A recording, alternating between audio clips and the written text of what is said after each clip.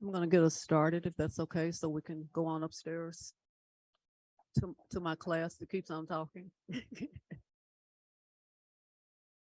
Okay, at this time, the board will now conduct a closed executive session as permitted by KRS 61.8101C for the purpose of a discussion relating to the pending and proposed litigation. Public discussion of this matter and identification of the specific matter would disclose litigation strategy and have an adverse impact upon the legal and financial interest of the district. At this time, is there a motion for us to go into the executive session? Board Member Craig, seconded by Board Member Marshall. All those in favor, please raise your hand. Okay, it's a unanimous vote, and we will leave this room and go into our executive session. Thank you so much.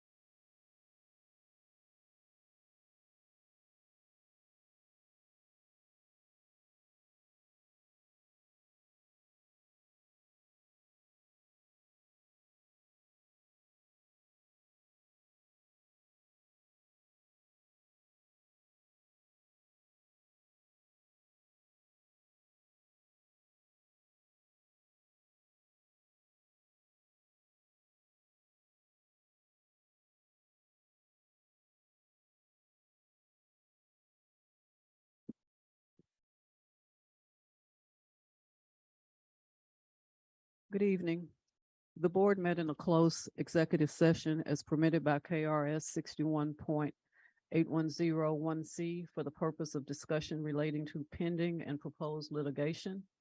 Public discussion of this matter and identification of the specific matter would disclose litigation strategy and have an adverse impact upon the legal and financial interest of the district. I will now entertain the following motions. Is there a motion to accept the settlement offer for government entity claims against JUUL Labs Incorporated and to authorize the superintendent board chair to execute the settlement documents? Is there a motion for that? Board Member Marshall, seconded by Board Member Craig. All those in favor, please raise your hand. It's unanimous. Thank you very much. Now I will ask Board Member James Craig to read a proposed resolution. Board Member Craig. March 28th, 2023, a proposed resolution authorizing litigation against social media companies. Whereas more than 90% of youth today use social media, primarily YouTube, TikTok, Snapchat, Instagram, and Facebook. Whereas excessive and problematic use of social media is harmful to the mental, behavioral, and emotional health of youth and is associated with increased rates of depression, anxiety, low self-esteem, eating disorders, and suicide. Whereas social media companies have designed their platforms to maximize the time youth spend using them and addict youth to their platforms. Whereas last year, almost 50% of teenagers in the state spent between 1 and 3 hours a day on social media, and 30% averaged more than 3 hours a day. Whereas many children are burdened by mental health challenges, and young people everywhere face unprecedented learning and life struggles that are amplified by the negative impacts of increased screen time, unfiltered content, and potentially addictive properties of social media.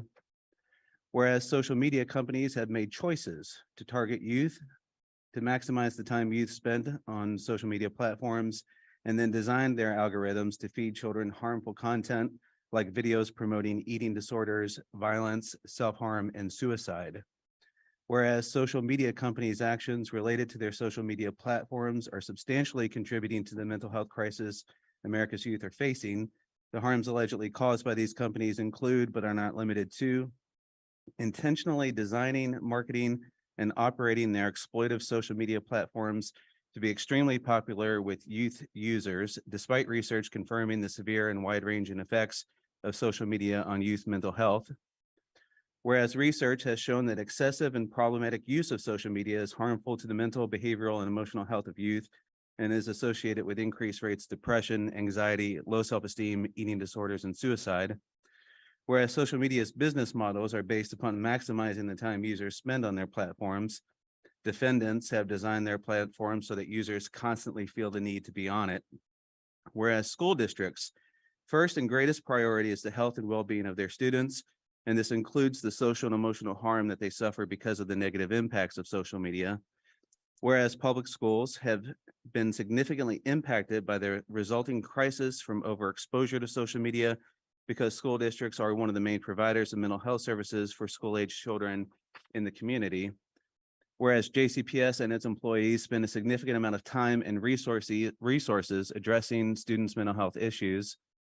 Whereas JCPS and its employees spend a significant amount of time and resources providing counseling and educational services to students related to the harms caused by social media.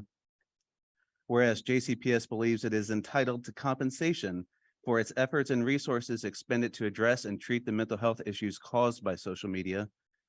Whereas JCPS desires to reduce the negative impact of social media on the mental health of its students. Whereas this Board of Education has determined that it has the responsibility to protect its students and to take legal action against these social media companies. Whereas social media can be and has been a useful tool for communication utilized by school districts, sadly, the social media companies have developed algorithms to drive children to content that is not appropriate and causes them psychological harm. Whereas the purpose of this action is not to end social media, but to return it to its useful and safe purposes. Now, therefore, be it resolved by the Jefferson County Board of Education that it authorizes Attorney Ronald Johnson and his law firm, Hendy, Johnson, Vaughn, and Emery of Louisville, Kentucky, to file a civil action against any appropriate parties to compensate Jefferson County Public Schools for damages suffered by the public schools and its students as a result of social media's targeting students to maximize the time youth spend on defendant social media platforms and then design their algorithms to feed children harmful content like videos promoting eating disorders, violence, self-harm, and suicide, and to seek any other appropriate relief, including injunctive relief. The Jefferson County Board of Education further authorizes the superintendent to sign all necessary contracts and any other related documents on behalf of Jefferson County Public Schools in the pursuit of any civil action. Chair, I move for adoption of this resolution. Thank you, Board Member Craig. At this time, is there a motion to adopt the resolution? Board Member Craig, seconded by Board Member Duncan. All those in favor, would you please raise your hand? It has passed 7-0, so it's unanimous that it has passed. Thank you for reading that for us to hear. Board Member Craig. Next, is there a motion to adjourn this particular session so that we can actually start our work session? So is there a motion to adjourn? Board Member Craig, seconded by Board Member Duncan. All those in favor, please raise your hand. It's unanimous. So we will take 30 seconds to breathe and then we will start the work session. Thank you.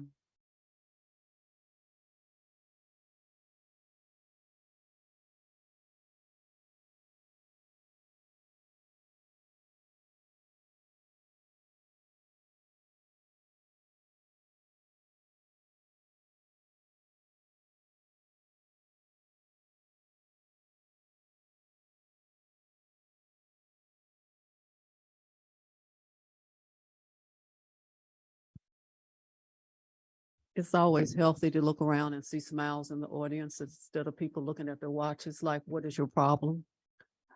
Our problem is to have an efficient and effective meeting this evening. Thank you, everyone, for being here.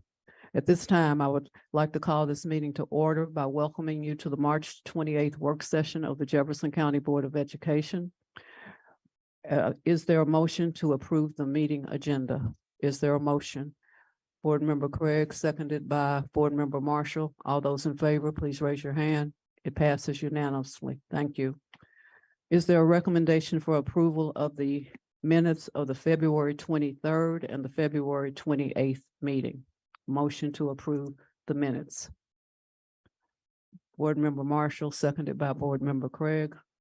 All those in favor, please raise your hand. It passes unanimously. Next, we will move on to if there are persons requesting to address the board on action items or consent calendar items to be voted upon separately. At this time, no action items, no consent calendar items have been pulled down at this time. So we will move on unless there's. A minute. Linda, Ms. Duncan. Yes, I had, I know I attached it on one of my text messages to you today that I wanted to talk about, I wanted to ask a question about L. So which one did you want to pull down? L, L? yes. Okay, I'm sorry, I didn't see your text. I'm sorry.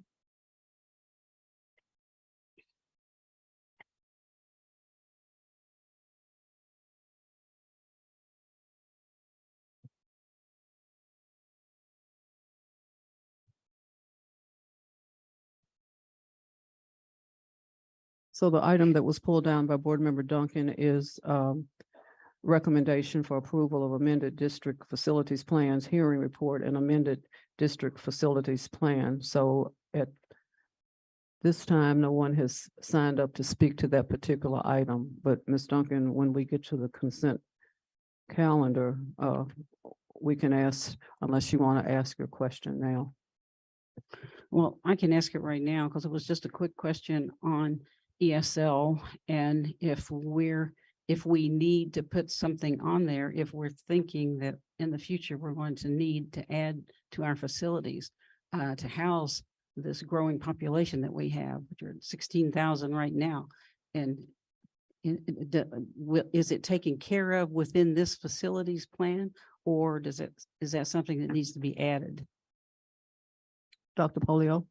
I think you bring up a very valid point looking at the trajectory of ESL students in the district. So I think that is something that we can add at any time, but I think that the committee will need to discuss, because I think that is definitely something that could be an issue in future years. All righty, I thank you. guess the answer is yes. I'll take it to the committee and we could bring it back. All right, appreciate it. Thank you. Okay, so I will go back to say that there are speakers that have signed up to to speak on the action item. The action item this evening has to do with the smart time proposal. So we will have our speakers first, and our first speaker to speak this evening is Shamika Johnson, Principal Shamika Johnson. Welcome, Principal Johnson.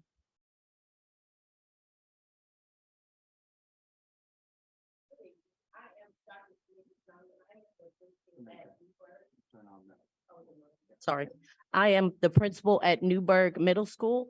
I want to thank you all for this opportunity to come before you on behalf of my middle school zone administrators, my middle school zone principal colleagues, but more importantly, my students. Some of the factors that are impacting my students right now is that I have a bus that does not come until 10 o'clock.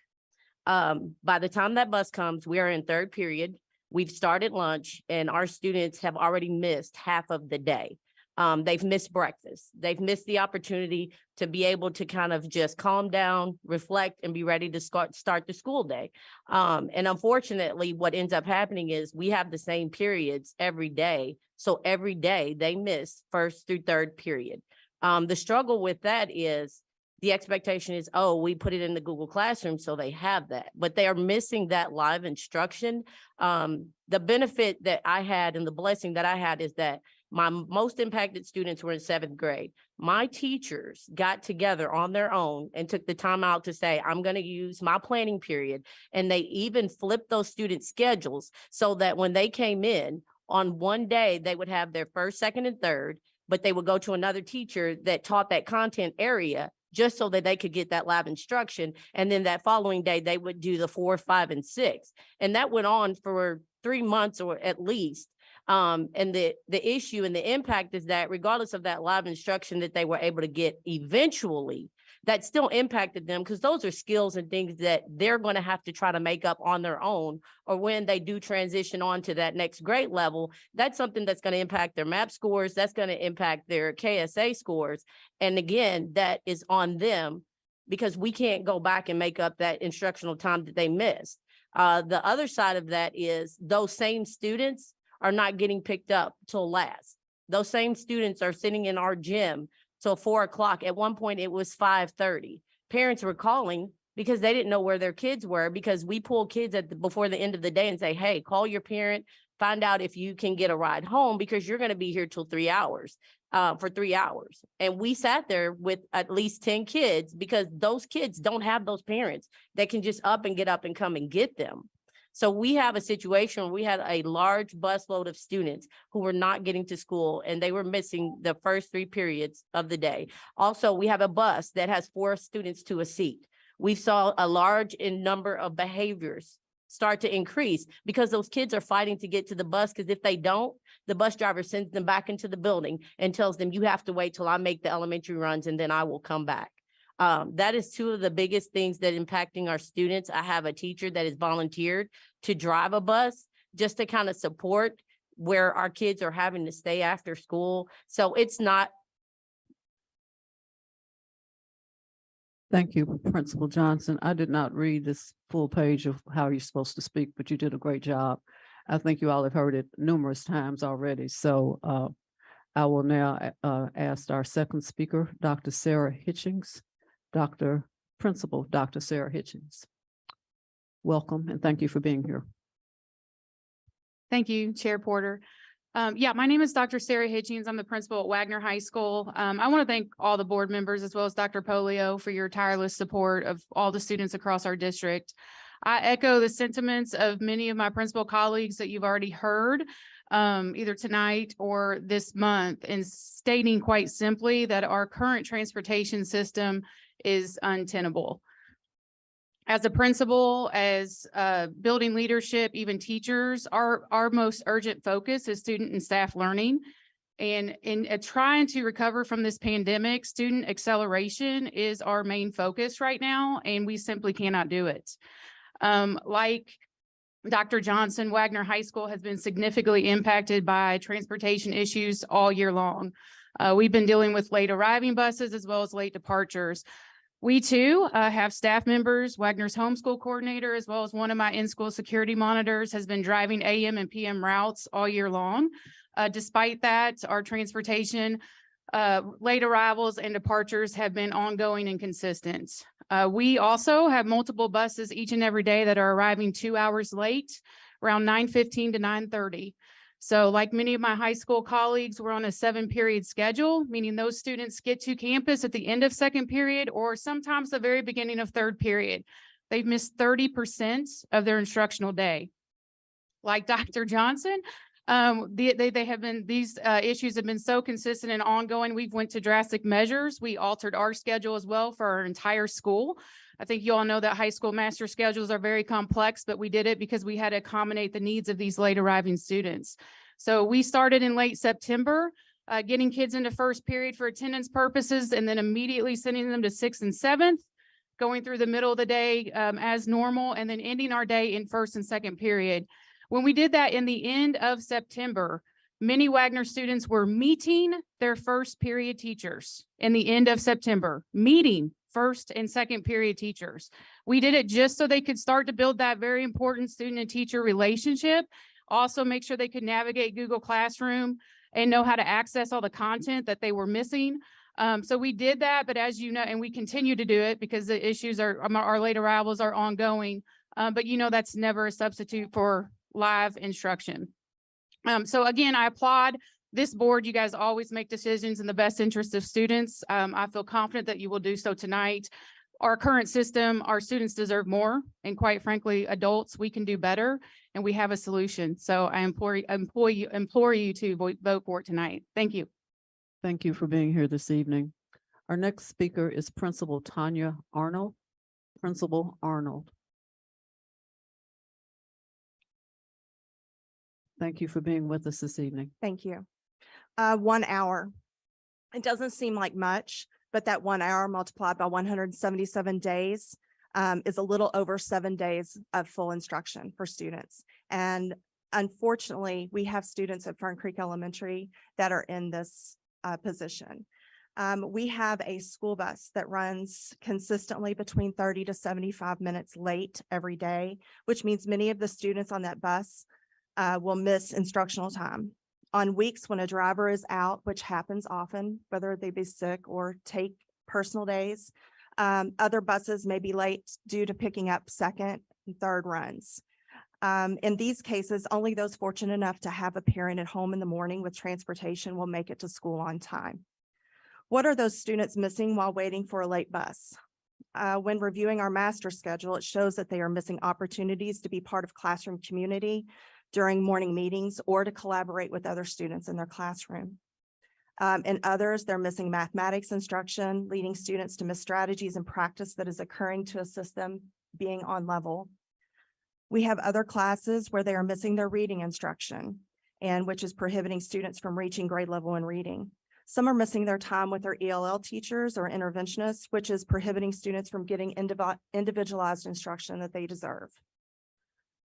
We have gone back as a school and we've reviewed our master schedule as well, making accommodations to make sure that our students are receiving that individualized instruction. But again, that is something that is disruptive to the entire school community when we have to change those schedules.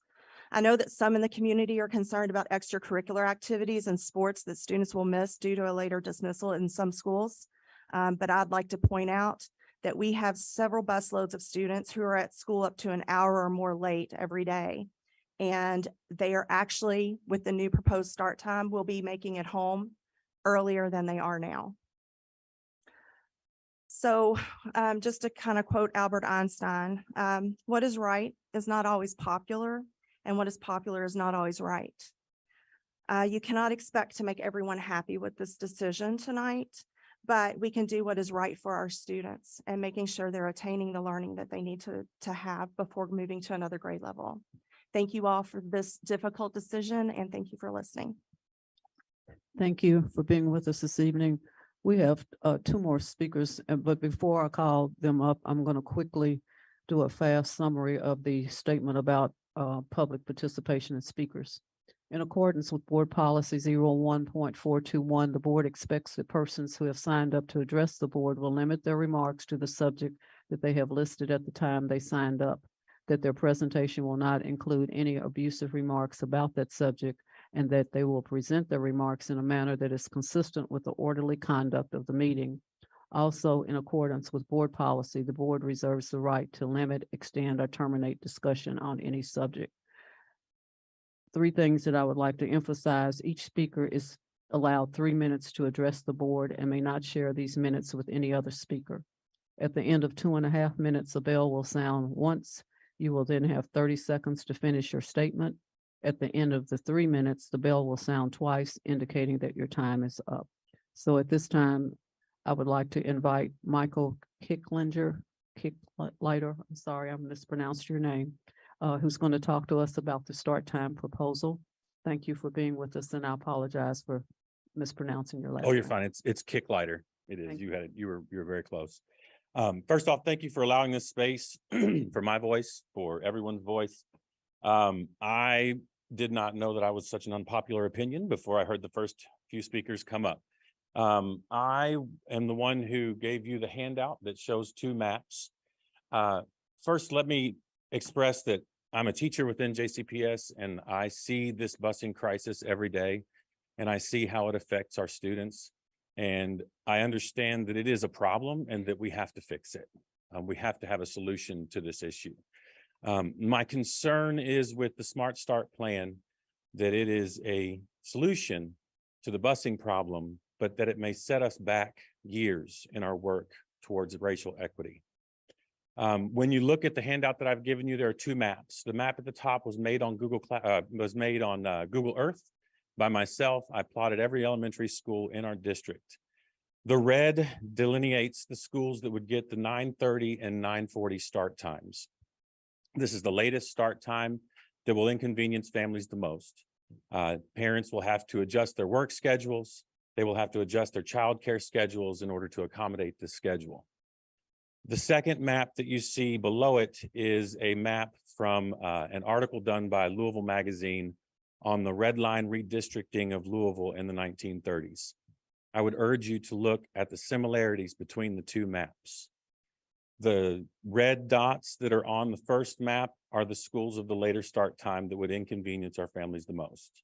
The red portions of the red line redistricting map, I don't think I have to explain to the people of this board. I would ask, has this gone through our racial equity analysis protocol? Have we looked at this plan hard enough to understand the impact that it will have on our students of color and on our students who are underprivileged to begin with? You see the majority of those late start times are going to be downtown. I've heard that some of the arguments for the plan is that they will not be outside when it's before dark or when it's before light during the dark hours. Therefore, they would be safer standing at the bus stop. I would argue that these students, often younger students, will be standing at the bus stop by themselves at this time when they're getting on the bus to come to school at a later time.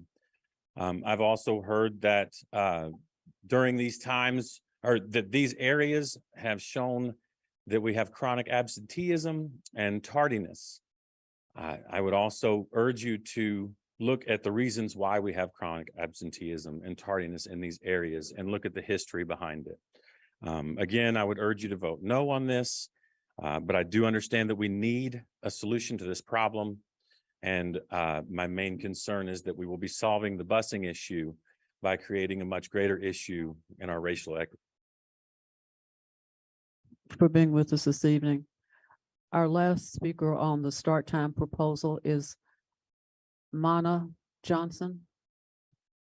Ms. Johnson, welcome, and thank you for being here this evening. Thank you for having me and good evening. My name is Maria Johnson and I'm the mayor for the city of Shively. And I came today to voice my concerns about the start time of Butler High School and Schaffner Elementary School. These schools are in District 4 and they're on Crumbs Lane, and it's it's just 2 lanes on the road. And we already have issues now with Jefferson Elementary School with the car riders, where we just don't have enough space for the parents to pick up their kids. And I'm just concerned with both of the schools starting at the same time, that it's going to be an issue in the city of Shively with us having problems with traffic control. And if it is approved that you all change the start times, I wish that you all would reconsider changing the times of one of the schools start.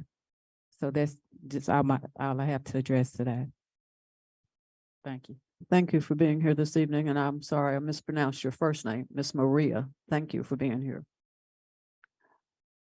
Okay, that completes our speakers on the action item for this evening. So we will move on to the action item, which is the approval of the Smart Start Time proposal. Dr. Polio. Thank you, Chair Porter and board members. We will be brief tonight, as we have covered this multiple times with the board and publicly, but we do want to give a summary of the proposal. As we have brought to you a couple things I want to start with. First of all, I don't think we have ever had any recommendation or proposal to this board with the absolute, nearly unanimous support from our principals and administrators across the district whatsoever. Many of them are here tonight. They have been asking me and asking their evaluators and supervisors what can be done, because it's probably one of the 2 most frustrating things they've had to deal with in the past several years since COVID, which is transportation shortages, delays in students getting to school, delays in students being picked up. We've already talked about how many, and you heard the discussion about how much kids are missing school right now. And I don't think there's anything more inequitable than kids missing actual instruction. And then the second thing is vacancies, which we are also tackling pretty hard as well this evening. I will say this, I'm not saying that what we have is a perfect plan in front of you. It does address our issues. There are so many districts that are going through this right now, and I appreciate your courage in dealing with this. Even though sometimes the decisions and the complaints are not popular ones, this is what's right for kids. And there's not often I get to come to you with 100% confidence that this is what is right for kids. We always say, let's do what's right for kids. I say, where's that handbook? This is pretty clearly right for kids. We have kids missing hours of instruction every single day. You will see we have had 21,000 kids miss 3.5 million minutes of instruction this year. That has to change. Secondly, we know we have to improve our attendance issues in this district. We're going to do that. We're going to see this in a positive way. We will also would like to bring back to you, I know, this is one thing that we can adjust as this goes on. Dr. Schul asked that last meeting. We can adjust this next year. A year from now, we can bring back to you data that says, are we seeing better results? Are we seeing more kids at school on time, less attendance issues, less tardiness issues? If we do have issues at a school or a group of schools, we can work to adjust those times if needed. So I'm confident this is the right way to go. I'm confident we're doing the right thing. And I don't think we would see this many principals sitting here today if it wasn't the right thing to do. So at this time, I'm going to turn it over to Chris Perkins. He'll get us started on our brief report. All right, I think I'll get us started and then I'll pass it on. That's okay. Thank you, Dr. Polio, and good evening, board members. Thank you for this opportunity to come before you again to paint a picture of our challenges that we're facing in our district with our transportation and specifically with misinstruction of our students.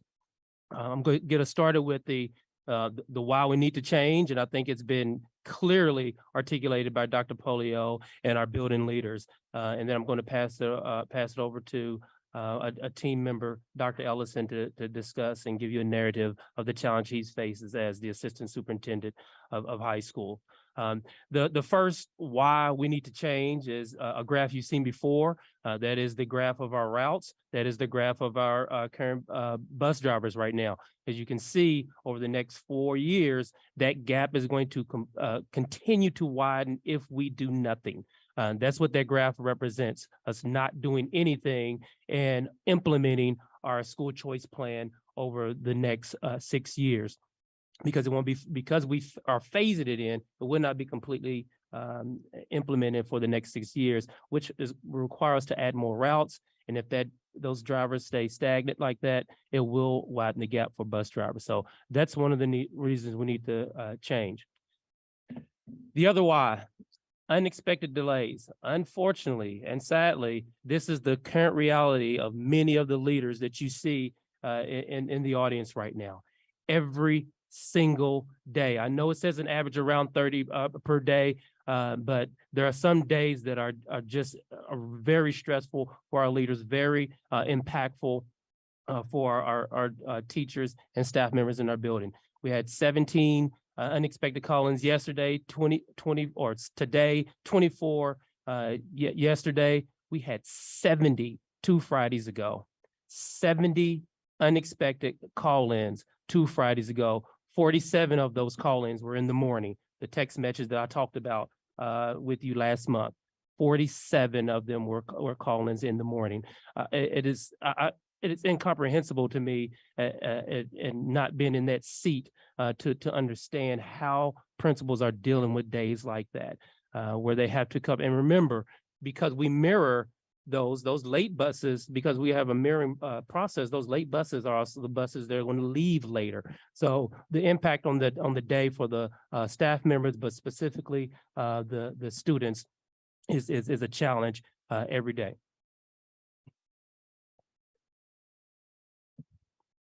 Then where the rubber meets the road, the big why, and I can't spell it out any better than the principals that came out before you, because they gave some specific, real specific examples of what's happening in their building. But you see these numbers, and remember, this is last month's numbers, so you can put some larger numbers on there. We have missed more than 21,000 students have missed instructional times, and it's definitely over 3.5 million minutes missed, because that is the data from the previous presentation. So the impact of missed instruction has been clearly articulated by the leaders. I'm not going to dig into that anymore. I know you heard it, and they are right. As a group of district leaders and as a board, we have been unwavering with our mission to provide Tier 1 instruction to our students. And I have all the faith in the world that tonight we are going to do that, as well as get certified, qualified teachers in front of our students. And lastly, this is our students in the resides area, over 37,000 students. You can see the numbers of chronically absent from last year. You can see the number of chronically absent this year. 65% of those students are students of color.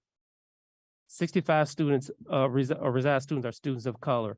These are students even before the pandemic experienced some academic and achievement gaps. So right now, missing that many days is not attainable, and it is not something that we're going to do in JCPS. We have to find a way to fix it.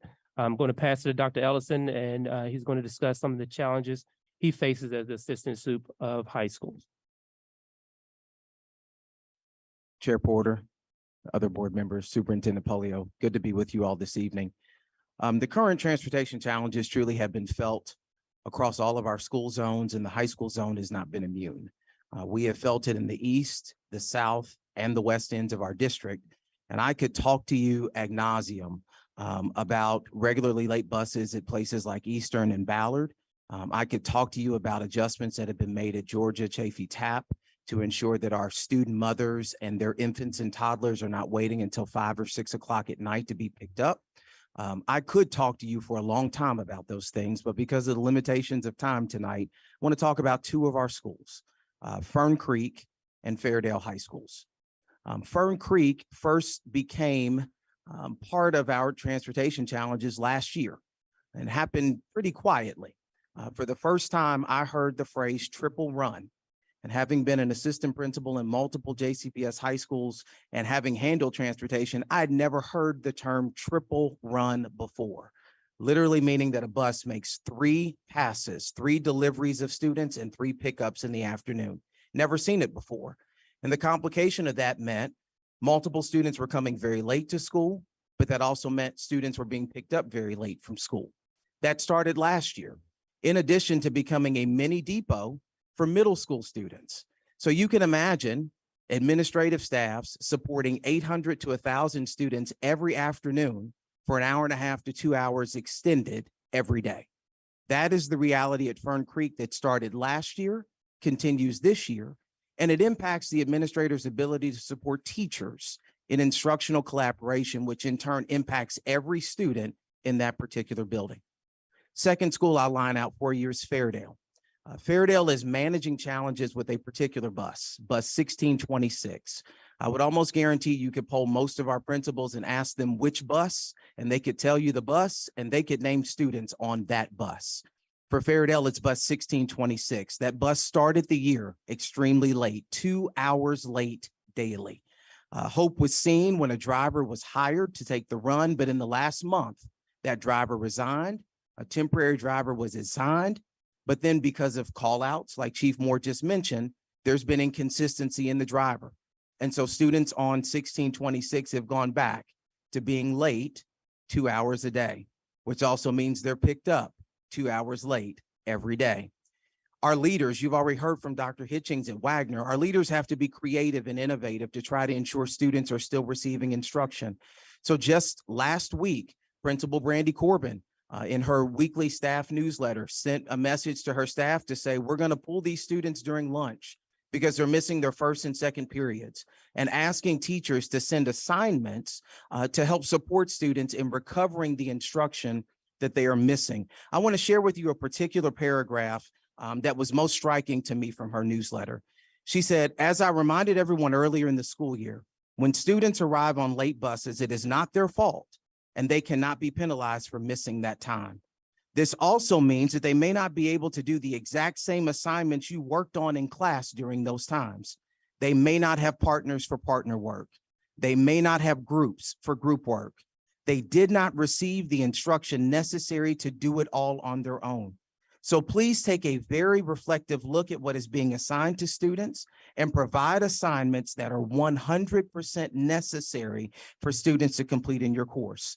Again, this may not be the exact assignment kids completed in class, but be fair and provide makeup work with reasonable expectations. To me, that statement demonstrates a leader's compassion for students, but it's also indicative of the lost time and lost quality of instruction that our students face when they are delivered by late buses every single day.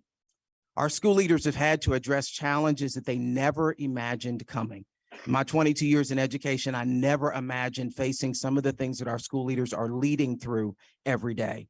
And they do this while still keeping students at the core of their decisions. The innovation, the creativity of our school leaders to serve our students as best as they are able in the face of these unprecedented challenges is to be commended.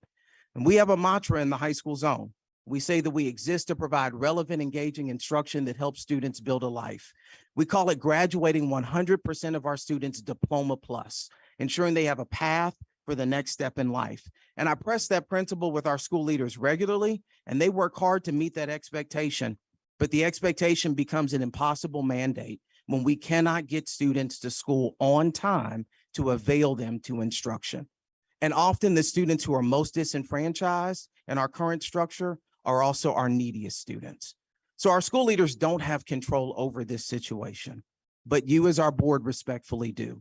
This is an equity issue that I never imagined us facing, but we are here. And so we have a path forward that we believe can help, and our kids deserve, first and foremost, a full day of instruction every single day. So we owe it to them to make a shift, and for that reason, I urge you to support our school leaders and help our students by passing this Start Smart plan. Thank you.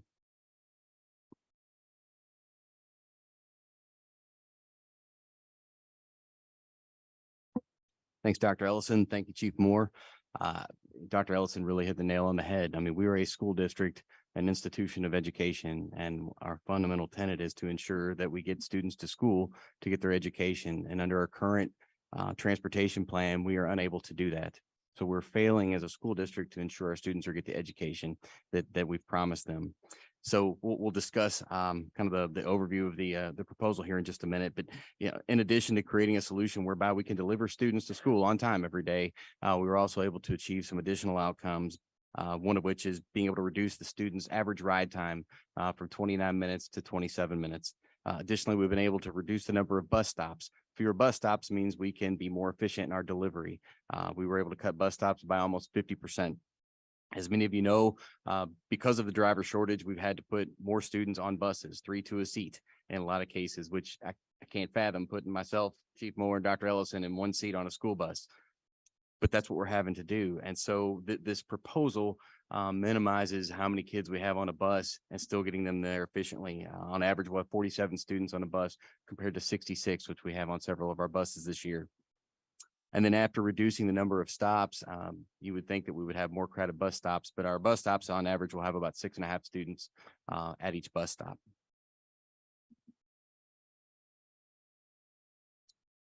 As disruptive as this probably seems to several folks, one thing to keep in mind is that 12% of our schools, 19 of them, are experiencing no change in start times. 53% of our schools, that's 82 schools, are moving within 35 minutes of their current start time. 83% of our schools, that's 129 of them, are changing by an hour or less. Only 5% of our schools, 8, are changing to a time that's more than 90 minutes from where they are currently. And on the screen, as you've seen before, this is the overview of the proposal. While it looks significantly different than what we've had in place in this school district for the last half century or more, it's important to note that this is really built on 3 main start times, and you'll see those at 7:40, 8:40, and 9:40. There are other start times sprinkled in between, again, just to capitalize on the availability of resources. And in this case, that'd be bus drivers to get our students on to school on time. We've been meeting with Alpha Route for the better part of 2 years now. They've looked at several parameters and assurances that we set in place to make sure that we're not limiting access or choice for our students, and put those guardrails in place to determine and come up with a solution. 85% of the Council of Great City Schools have that, with over 75,000 students, comparable to JCPS, have multiple start times at each level. So we've looked at other school districts and used them as models to set the precedent for what we can do.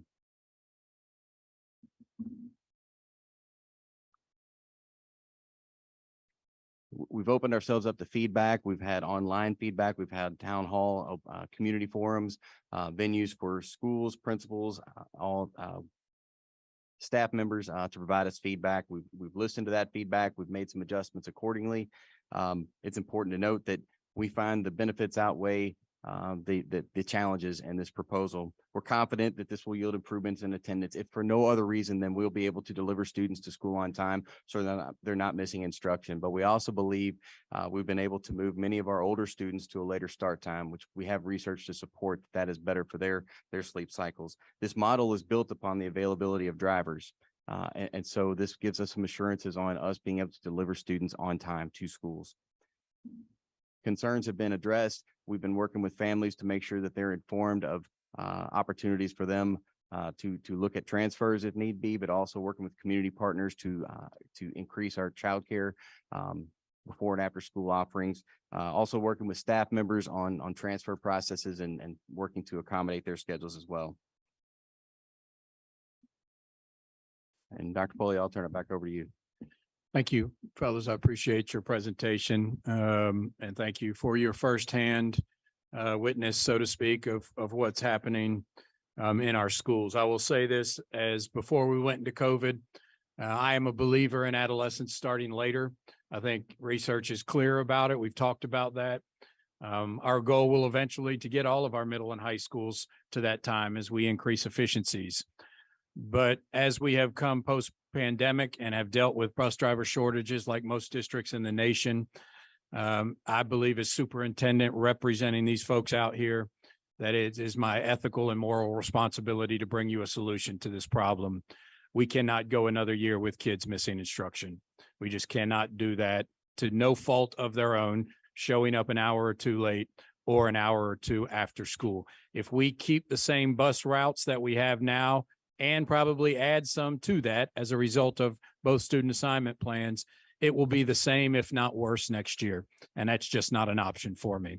I'm proud of the recommendation we are bringing to you. I know there have been some voices of folks who are unhappy about this plan.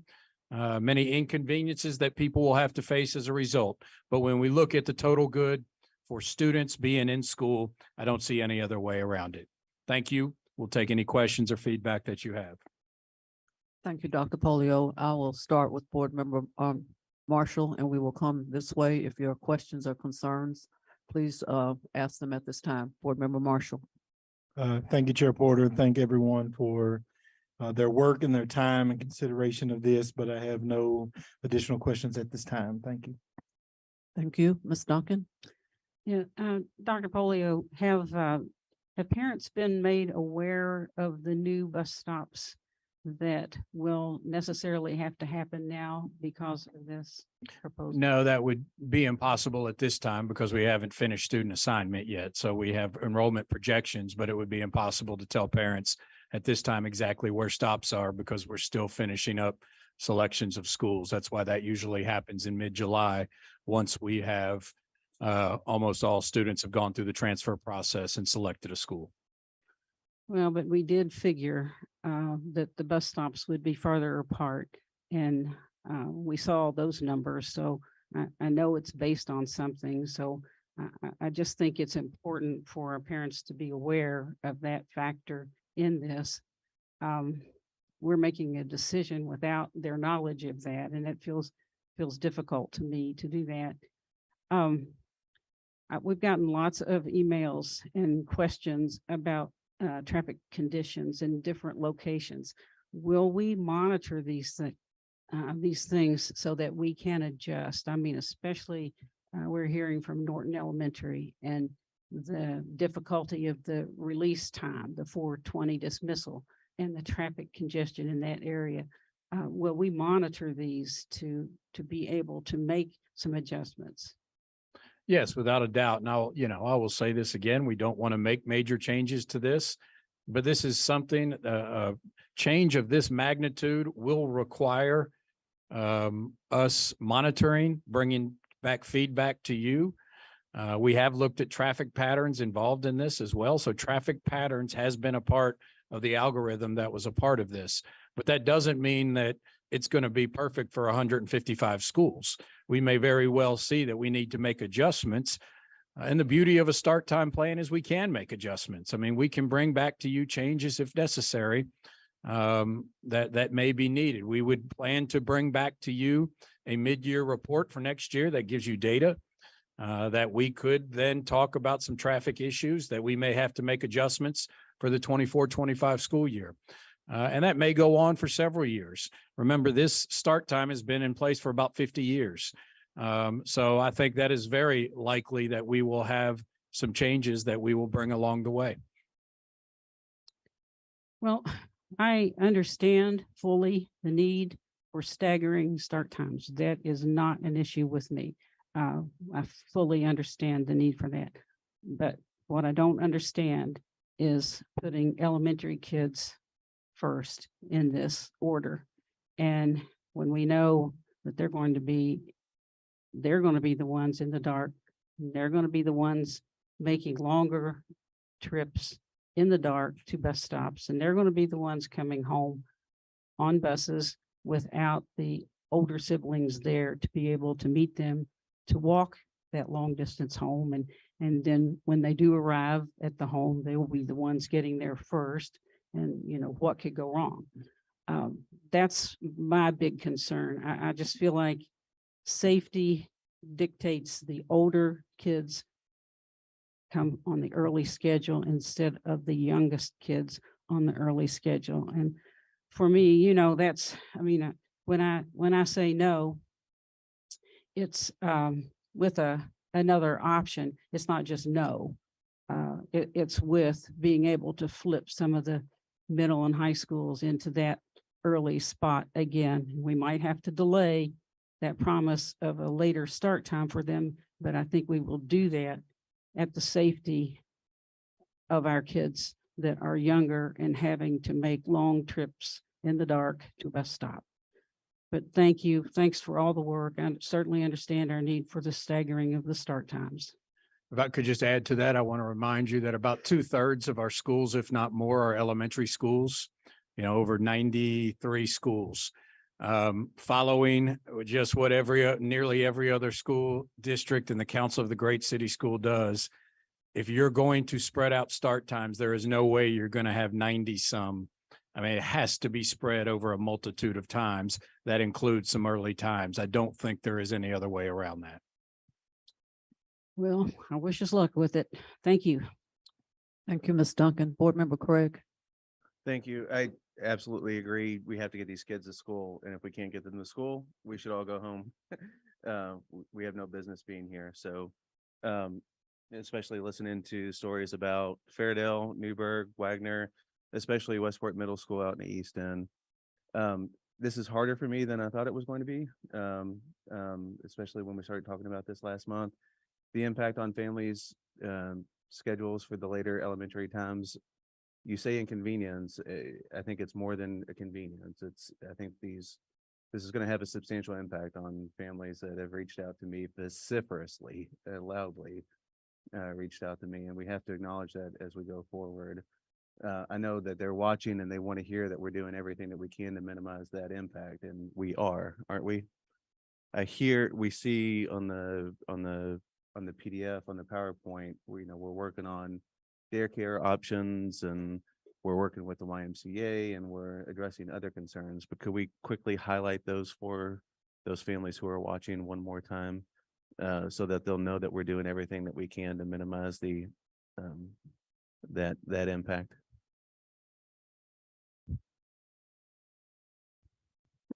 Yeah, not only are we working with the Y, but we're also working with Evolve 502, who is like the center point for over 40 of our community members to help provide some support for our families. We're also taking a look at drop-off times for those late times to see if we can provide some flexibility there as well. I don't want to put stress on our schools. Right. But we are looking at ways we can be a little more flexible to provide some additional drop-off time for families.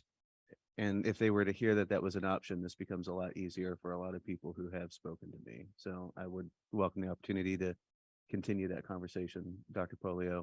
The other thing, it's worth repeating, we started this discussion in 2019 because we wanted to maximize our students' biological rhythms to make it easier for them to learn, to increase their likelihood of success. And we're doing that for our resides high school and middle schools.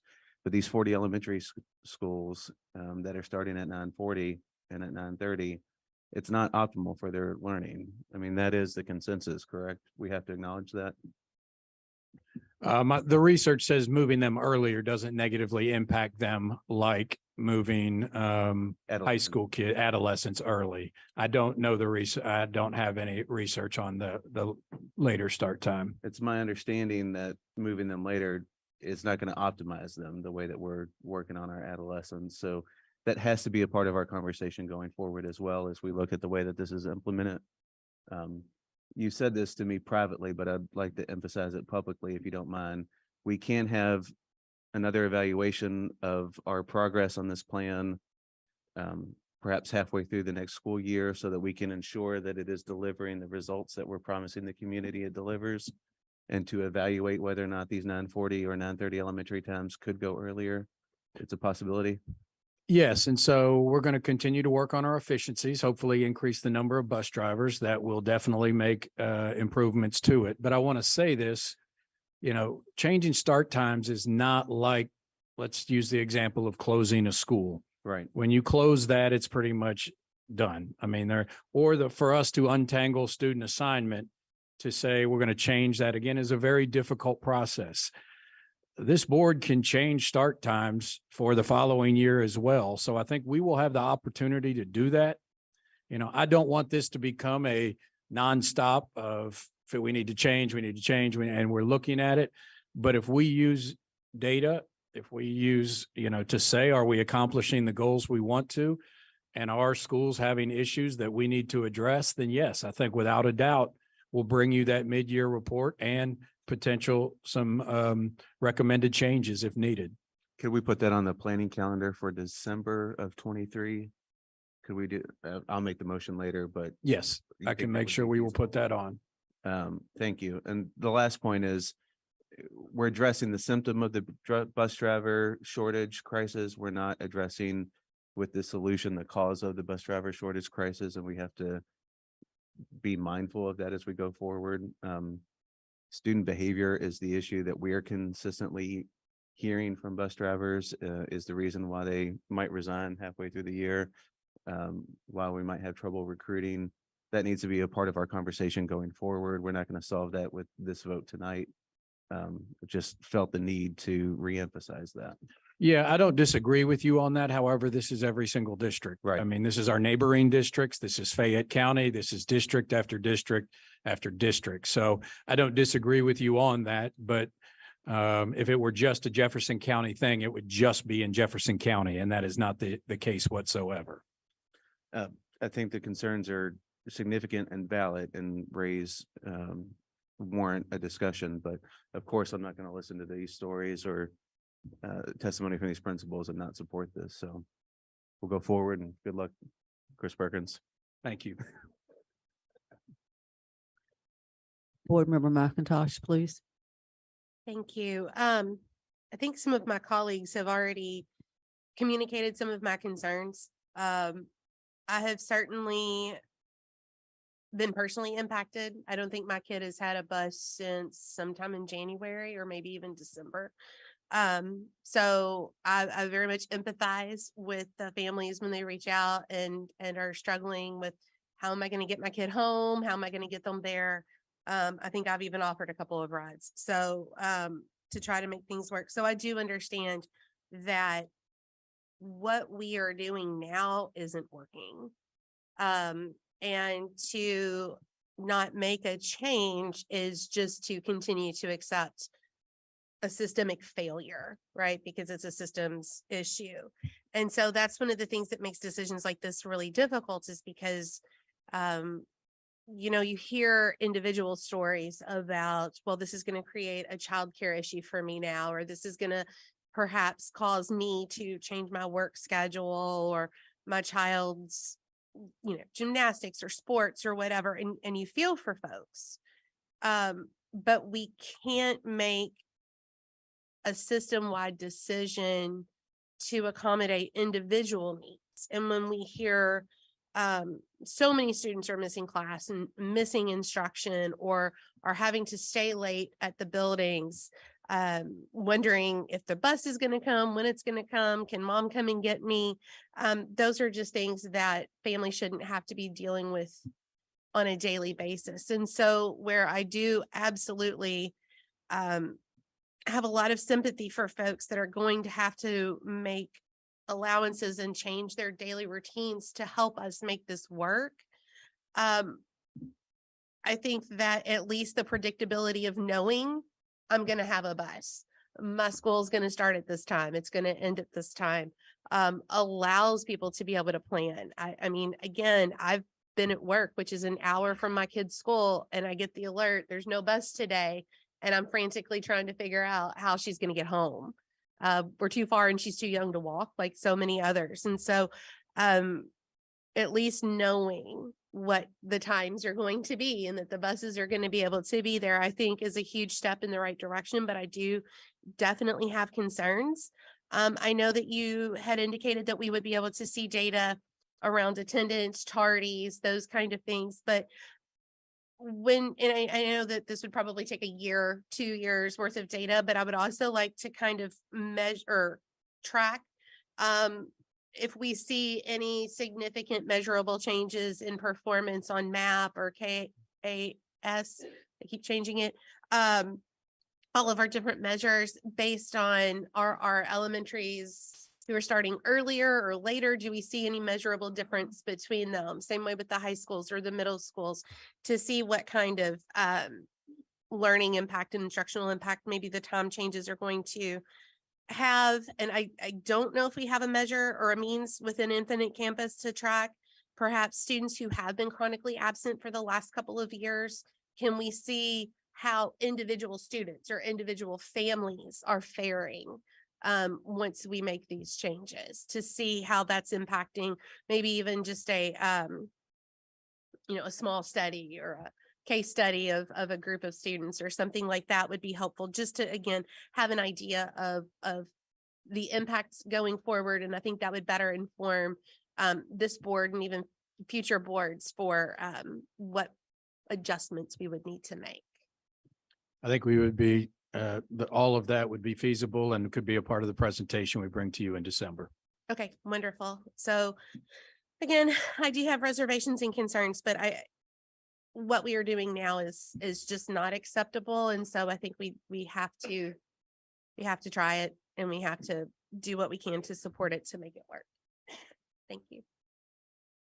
Thank you. Dr. Chris?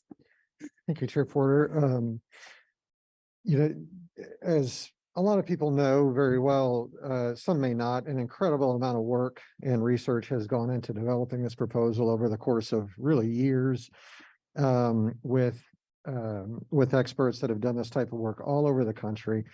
And I hear the concerns that some people express, but we also have to remember that everything that people say is going to be a challenge for them now. There are already people right now that are dealing with those issues, childcare issues, because of the current schedule, that are going to be improved. Work schedules for some people are not optimal now, that are going to be better, not universally, but in some cases.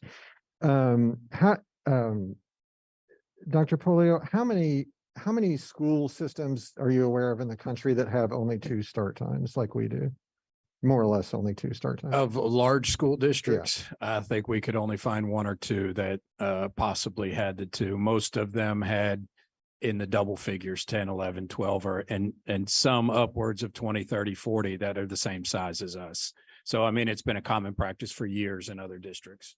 And a lot of these districts, elementary school students are going early, like they're going to be in JCPS, correct? Like.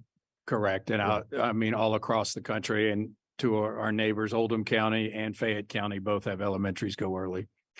And Chief Perkins, can you remind me, we pay very well for bus drivers, right? It's not really an issue of pay. I mean, everybody would always like to make more money, but relative to other districts, we pay our drivers pretty well, right?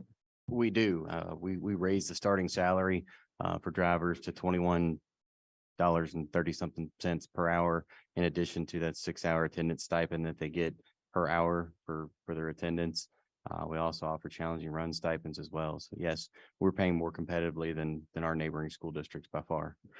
And I'd just like to remind everybody too, that when if you're a bus driver, a teacher, or, you have elected bargaining units to represent your interests. You can certainly share whatever you want with school board members, but when it comes to determining policy, the official voice that you have is the Teamsters Union. If you're a bus driver, the official voice that you have, if you're a teacher, is Jefferson County Teachers Association.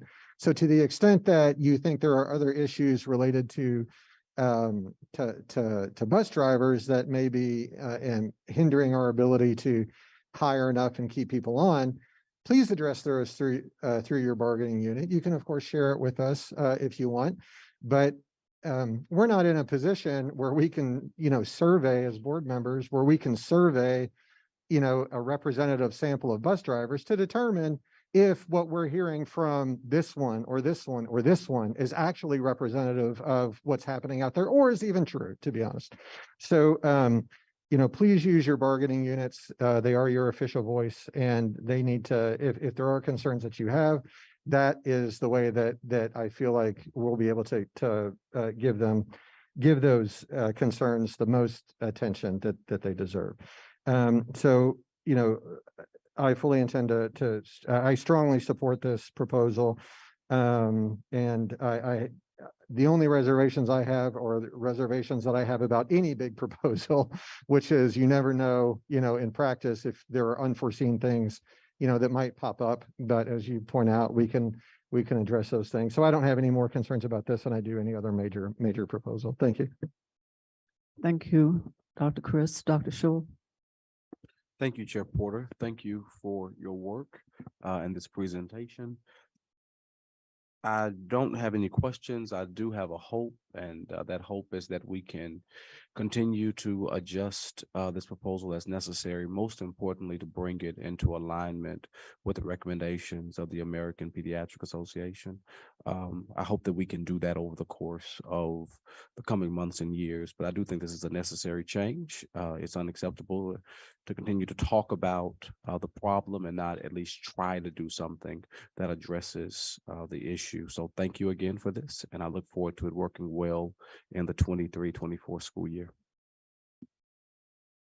Thank you for your presentation. Thank you, Dr. Shaw, for your comments. I do have a few questions as we move forward. One of the things that I hear us saying that is we're going to look at this plan, how it's working in December. I think we should look at the plan when school starts, because when school starts, we always talk about what's happening day after day after day. And this is a significant change to transportation. Waiting till December for this board member is too long. I think the community, our parents, the schools, everybody needs to understand, not saying that the first day we're going to be 100% correct, but to wait from August to December before we find out the impact of this, I personally think that we can do better than that to give information to everyone that's impacted by this. We'd be happy to do that if we, maybe the first meeting in September is to give a start of the school year report to you. We'd be happy to do that. That's fine, and we will do December because Board Member Craig would like to see something in December also, but it's an ongoing project, but I would like for us to hear about it sooner and later, so if that's okay with you.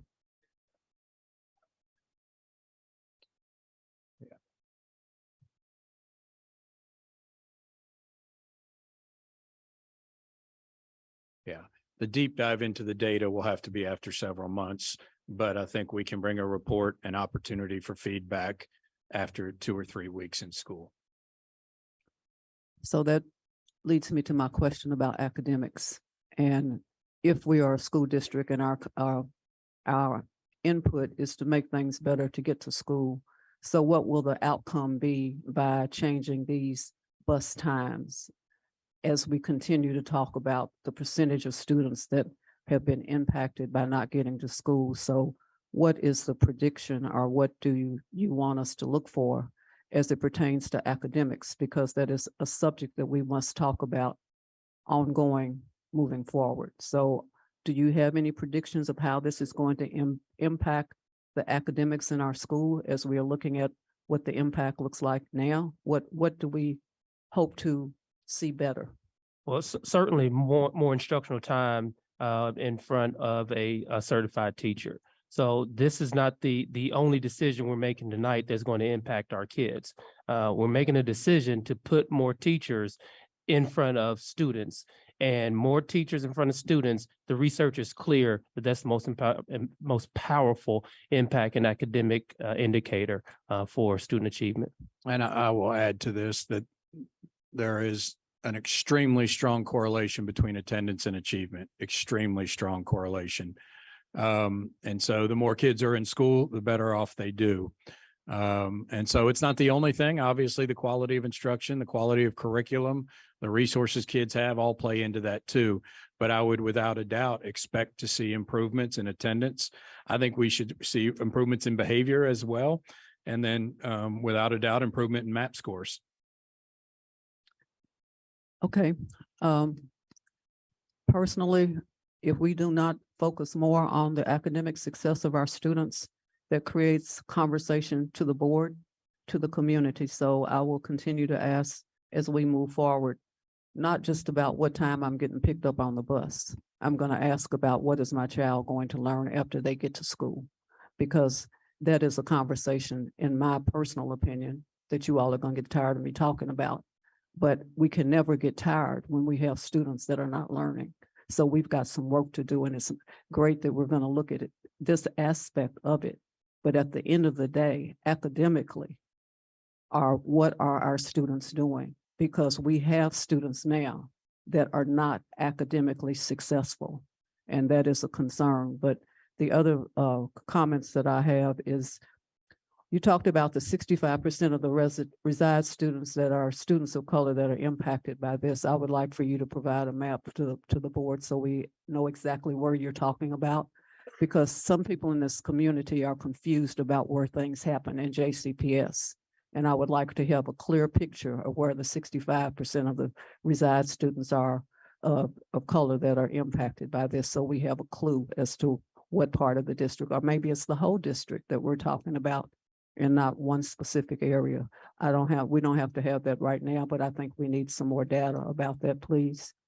And then the other thing I would like to talk about, any school that starts at 7:40 will have students at the bus stop in the dark. And we had hoped initially when this plan came out, we were told that there would be no students at the bus stop in the dark. I would like for this school district to have a plan to make it a safer environment for the students to be at the bus stop in the dark. That is a project for JCPS, for Metro Louisville. The superintendent is talking to the mayor and others. We can make it safer by working with Metro Louisville, Louisville Gas and Electric, and JCPS. Students should not be at the dark. There's the same concern about students walking in the dark to get to the bus stop, but can we do something to make the bus stops safer in the areas where they need to be safer? This is not the first time we've had this conversation, but I'm going to continue to bring that up also. Our students need to feel safe. Our parents need to feel safe.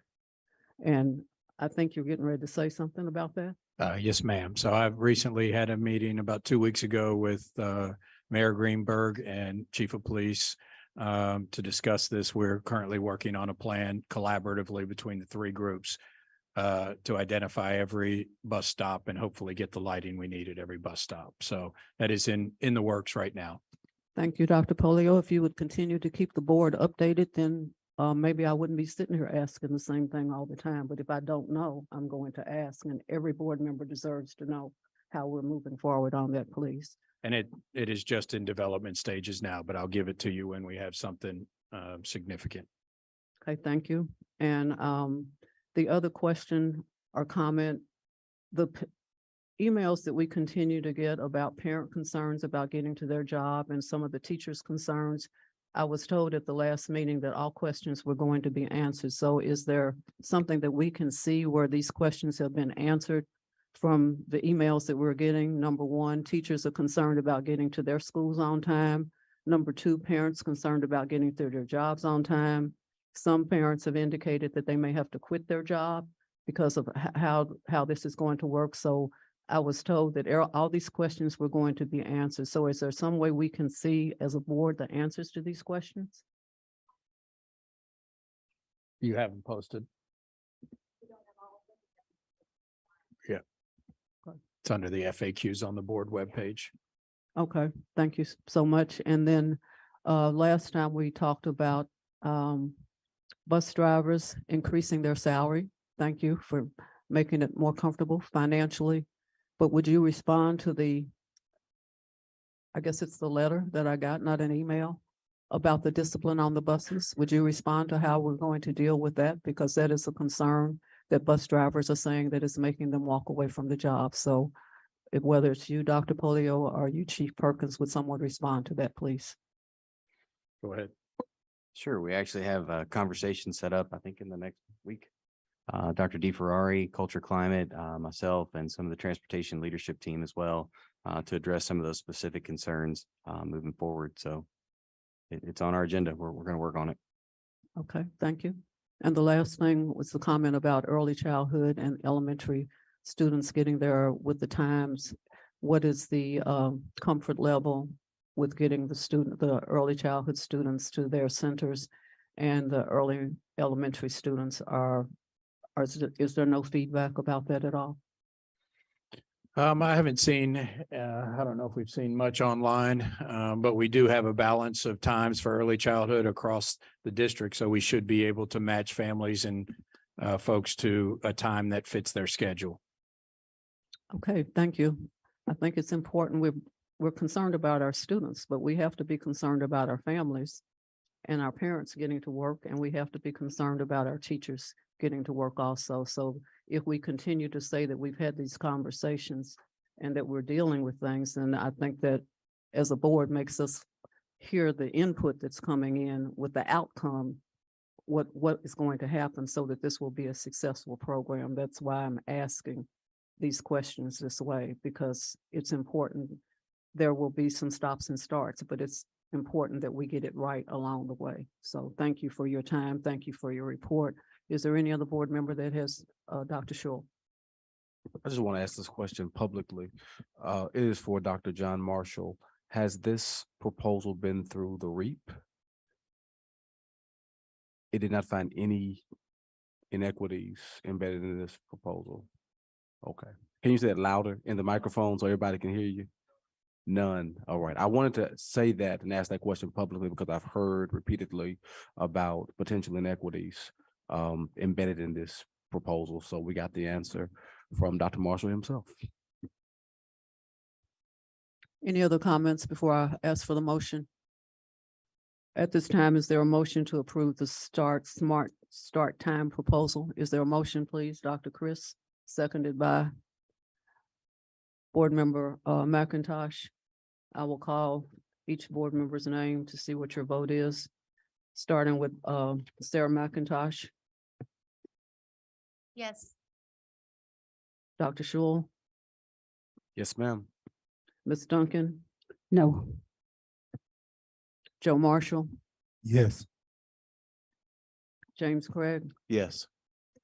Dr. Chris, Yes. Diane Porter, yes.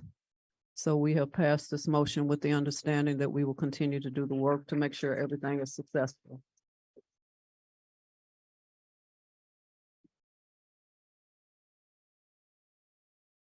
Thank you for your presentation this evening, and we look forward to hearing from you again soon. Thank you very much. Next, we will move on to the consent calendar, and I think, Ms. Duncan, you had pulled down one item, but your question had been answered. Is that correct? Item L? Yes, that's correct. Okay, so at this time, is there a motion do you want us to include L, or do you want a separate vote on L? Oh, we can include L in that. I just have a question about all those changes in the organizational chart. All the changes in? No. Okay. Okay, so the org chart is where?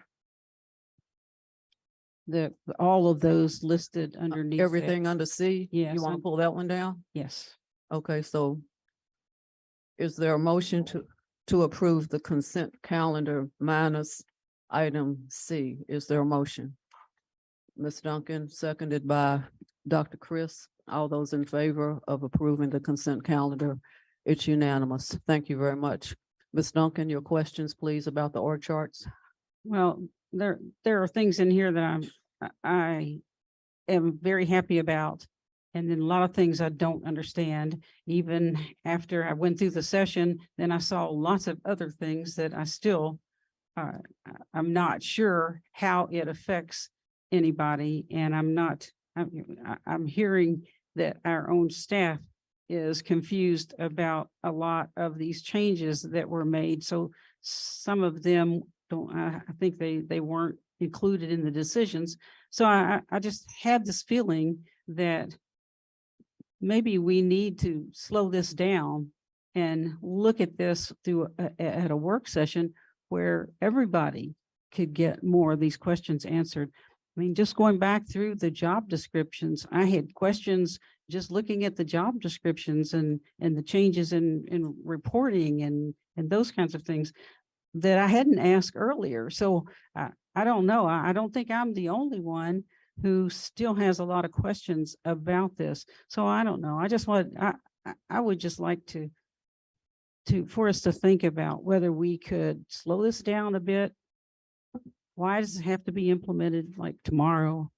And slow this down a bit and see if we can devote some time to a work session where we can hear these explanations for these things. But that's just me, you know. I'll respond to that. Obviously, the biggest change are resource teachers going back to the classroom. I know that's difficult and challenging. We have held off the transfer process as well because all of these that have a right to go through the overstaff process to pick a position that they may want at a school. So holding off would continue to hold off the transfer process, which would make us so that these teachers couldn't pick no teacher in the district. We could not start the transfer process until we did that. And so I think we want to start the transfer process immediately. We're already behind on it. And, that each of those 90 plus teachers that are returning to the classroom deserve to be a part of that transfer process and select a school which they choose, just like the contract states. Well, just know that there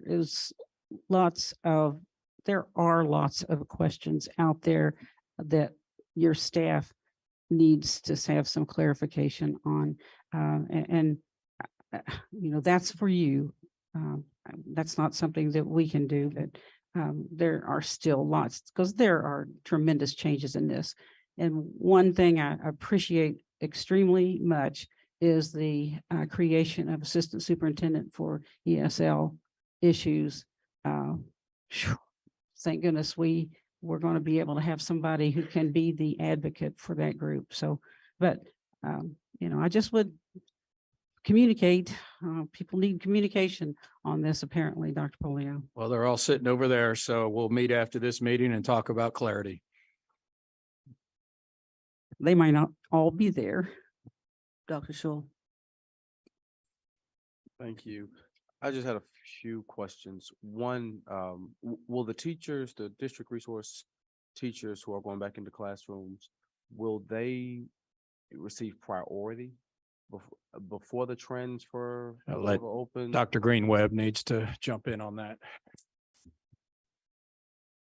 So we have an overstep process every year. Good evening. And so this would follow the normal process that's outlined in our contract. But there's We not did, exception being made for them. no, there isn't. However, because we paused the transfer process, that did allow for a wait period, if you will, so that nothing continued to move forward without these resource teachers being able to take advantage of it. So once that pause was lifted Saturday morning, additional positions will flow out there. It extended the deadline, so the transfer process will now go on for longer. And so it's given them the opportunities that they have. The transfer process is a lot different than it used to be as well. And so positions are posted individually. And so they can apply for them individually, specifically to the positions that they desire, rather than doing a blind 20 list of schools. That's what we did in the past. So And Dr. Greenwebb, a factor is still experience in that, correct? And so experience, certification. most of our resource teachers are the more experienced. They're still up to the principal to select who that will be, but they will have be most of them, not all of them, on the high end of experience. Okay, but they'll still be pretty much in the pool with everybody. Correct. Absolutely. That's a question that I've received, and so I wanted to ask it openly. Also, in the formation of this reorganization, were the assistant superintendents included in this process or no? Various chiefs and their assistant superintendents were included depending on the organizational structure you're looking at. So certainly our CAO would consult with the assistant superintendents under her responsibility, our chief of staff, the changes that are included for those under her responsibility. Leaders had the ability to advocate as well and send proposals to their leadership and up to the chief level, cabinet level. Okay. So input was received. Did the leaders of early childhood, I guess, or the leaders of ECE advocate that early childhood be placed under the umbrella of ECE? Could you ask that again? Did the leaders of early childhood or either the leaders of ECE advocate that early childhood be put up under the ECE umbrella? Are you asking if either of them advocated for? Yeah, how did that come to be? I think that was a collaborative discussion with ECE, Dr. Polio, So I don't know if you want to add any more to that. Yeah, I think chief academic officer and we've had so many things that are repetitive reports that have to be made for early childhood and special education services. I think that we were doing double the work and the broad nature of everyone's job. I do not think helped us focus on our most important things. And that's what we tried to narrow it down to get people doing their expertise. Okay.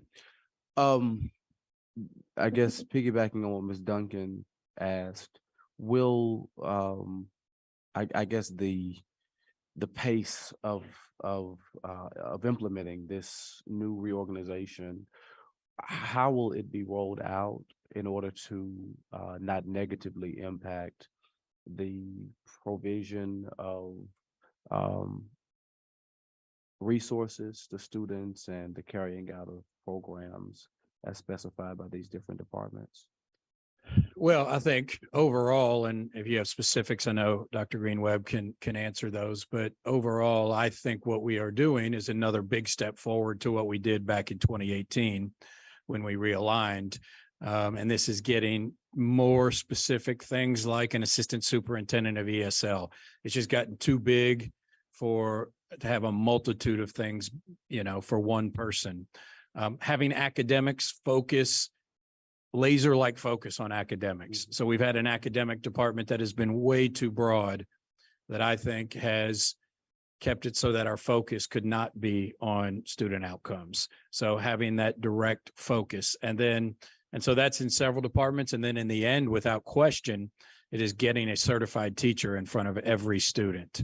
We cannot continue just like we did with transportation to go on having certified teachers in the district and vacancies with students. I cannot continue to do that. So I think in the end, this is a big step forward for us organizationally.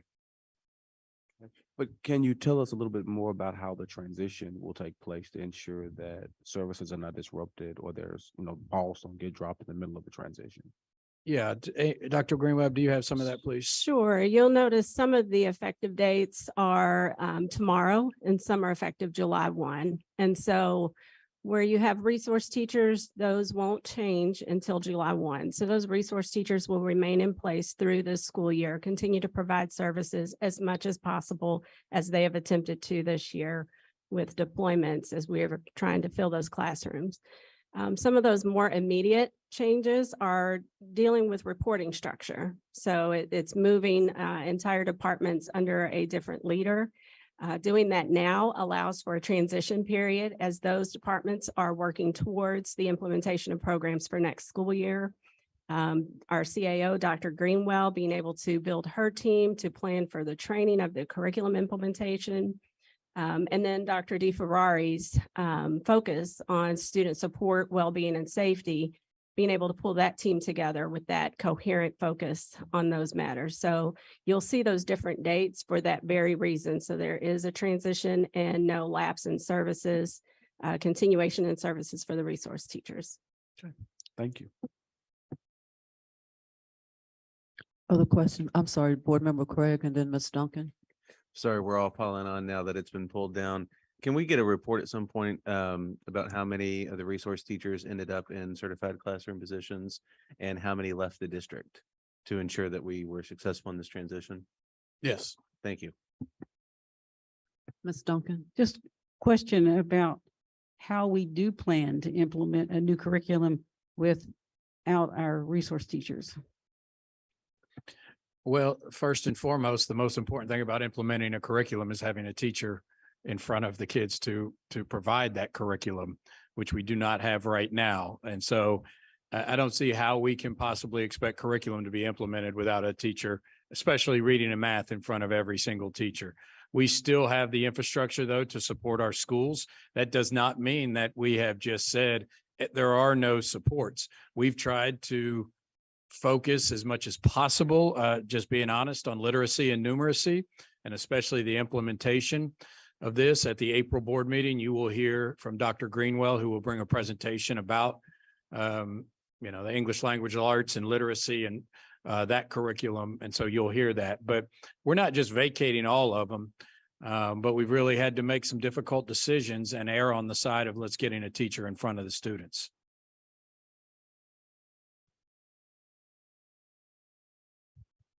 Is that it, Ms. Duncan? Okay, Board Member McIntosh.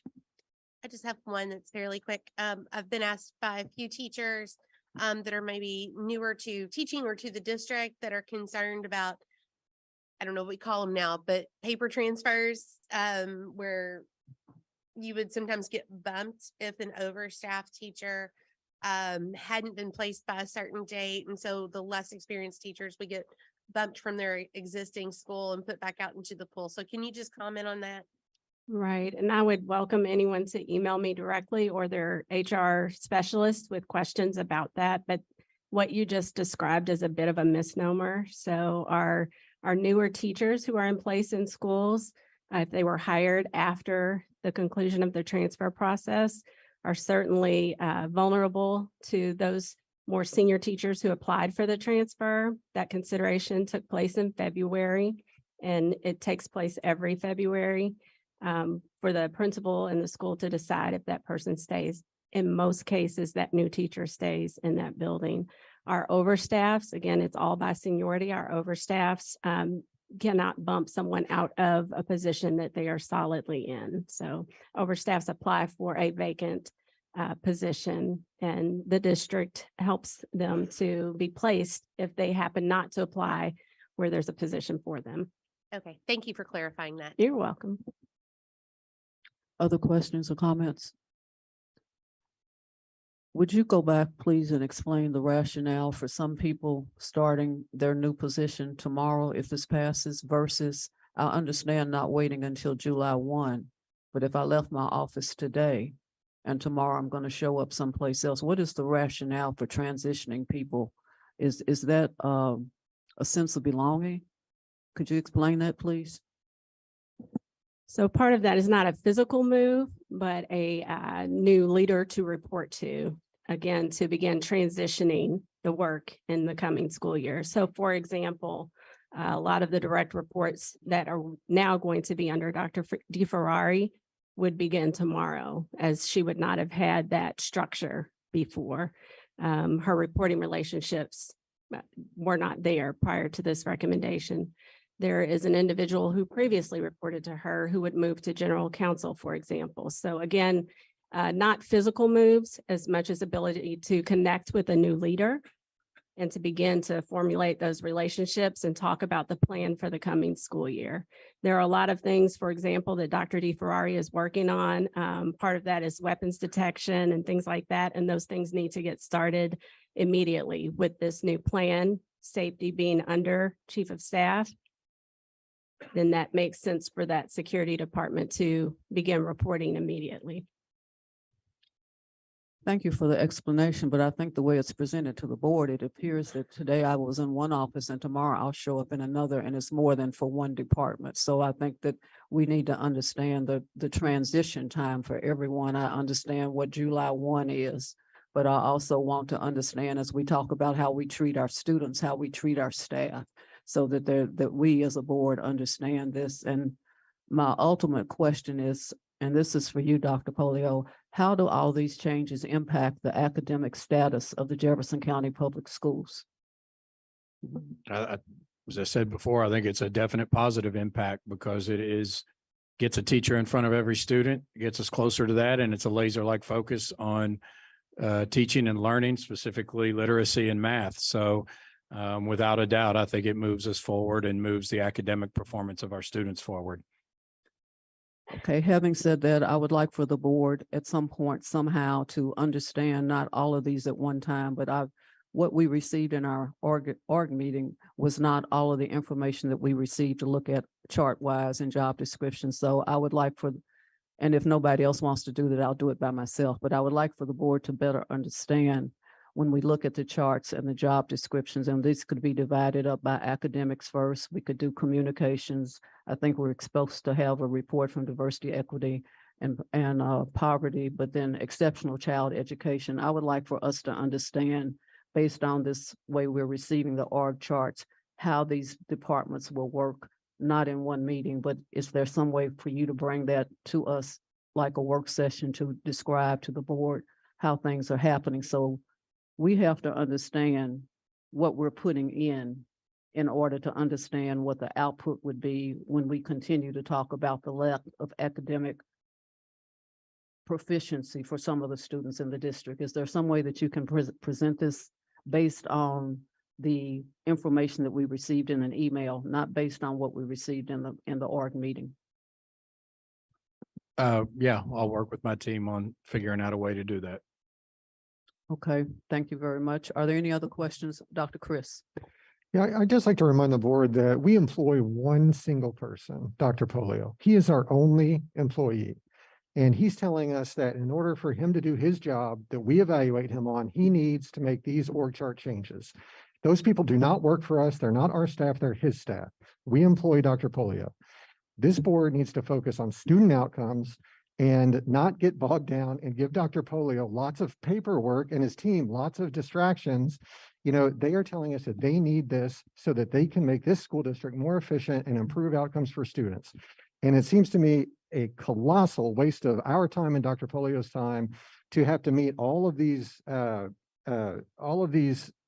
seemingly arbitrary requests that this board is making, not only on this, but on other things as well. And I'm sorry that I'm saying this more stridently than I should be. I just, you know, it makes me think that, you know, Dr. Polio took the time to meet with each of us individually to talk through all of these changes. And it makes me think that maybe he should not do that in the future and just put it on the consent calendar, because then it's probably less likely to get talked about and to this length and to saddle his staff with what I think is work that is not going to add to the effectiveness of the school system. So again, I'm sorry, I'm saying that more stridently than I probably should be, but that's how I feel. Thank you. I'm happy to withdraw the request for the board to receive that information, but as the school board member that represents District 1, who have schools that are not performing, and we're focusing on the choice zone and choice schools and the academic opportunities, I will request the meeting one-on-one with whoever I need to meet with Dr. Polio, because District 1 is tired of not being successful academically. So if this is not a board topic, okay, this District 1 board member is requesting additional information. I am sorry to take up your time, board members, but I need to know more because I am asked more as the students continue to not be successful academically. So I apologize. I will now take that away and ask for whoever I need to meet with Dr. Polio to better understand that. So I have removed that. There are no other comments. So at this time, I guess we can move forward. Is there a motion to approve item C on the consent calendar? Board Member Marshall, seconded by Board Member McIntosh. All those in favor, please raise your hand. It passes unanimously. Thank you very much.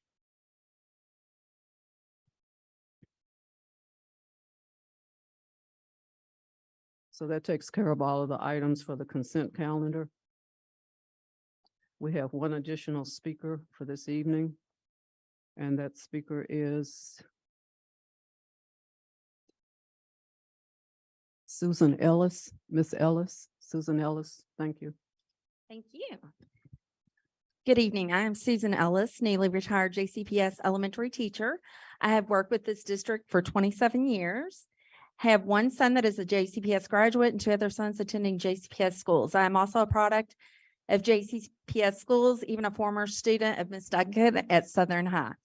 I come to you this evening to express my deep concern for the profession of teaching. I come here humbly in hopes that you listen with an open heart and mind to the specific concerns that I have. I also come on behalf of my former colleagues. I come because I am passionate about this profession and care about the future of education here and across the state. I also come with an understanding that I can only speak to my experiences in the classroom and those of my friends and former colleagues. I also understand that there is much I cannot speak to with respect to all the politics of education, and I'm sure you will bear that in mind. I would like to say that I absolutely appreciate the work and dedication of our superintendent, Dr. Polio, and everyone in this room's passion for education. I know that each of you are here for our children, our future. With that being said, let me start with this notion. Pay raises will help recruit, but will not prevent teacher burnout. I cannot say that loud enough. Teachers have expressed over and over, year after year, their burden of increased workloads, and while attempts have been made to alleviate that workload, to us, it is just smoke and mirrors. I have been reflecting over the course of my career, trying to pinpoint the shift. It was hard to do as the shift was mostly gradual. However, there was a point when I no longer felt my task was to just teach, but to become an author of curriculum. I even remember asking myself, why am I not getting paid the big bucks to write textbooks, as I felt that was essentially what was being asked of us. The state put out the curriculum, but it was up to teachers to spend countless hours analyzing, deciphering, and determining which parts were most essential. Then creating, I will, we will, I can, Walt, we are learning to, will, when I learn to statements, as well as creating our own formative assessments, rubrics, and on and on. And please don't get me going on all the acronyms, which by the way are very inefficient. Half the time, no one knows what we were all supposed to be talking about. There was a time in my career when my job switched from methodology to curriculum development. Teachers appeared to be trained less on how to teach than they are being trained on how to develop curriculum, and teachers are less able to teach because we are too busy developing curriculum. With respect to the time I have here, I will leave you with those thoughts. However, I will return with more. I was devastated to just learn the obliteration of reading recovery across the district. As a former reading recovery teacher, I will be back to refute the unfounded current attacks on reading recovery. I also plan to return again, if you'll have me, to address my ideas about class size, trauma in the classroom, students and teachers, PLCs, micromanagement, lack of teacher autonomy, and the need for more servant-style administrators within our school. Thank you for your time. Thank you for being here this evening. That completes our speakers for the evening. We have completed our agenda for the evening. Are there any comments from board members? Board Member Marshall? Thank you, Chair Porter. Just really quickly, the Governance Implementation Committee met for the first time last week to discuss next steps in our process with the Council of Great City Schools.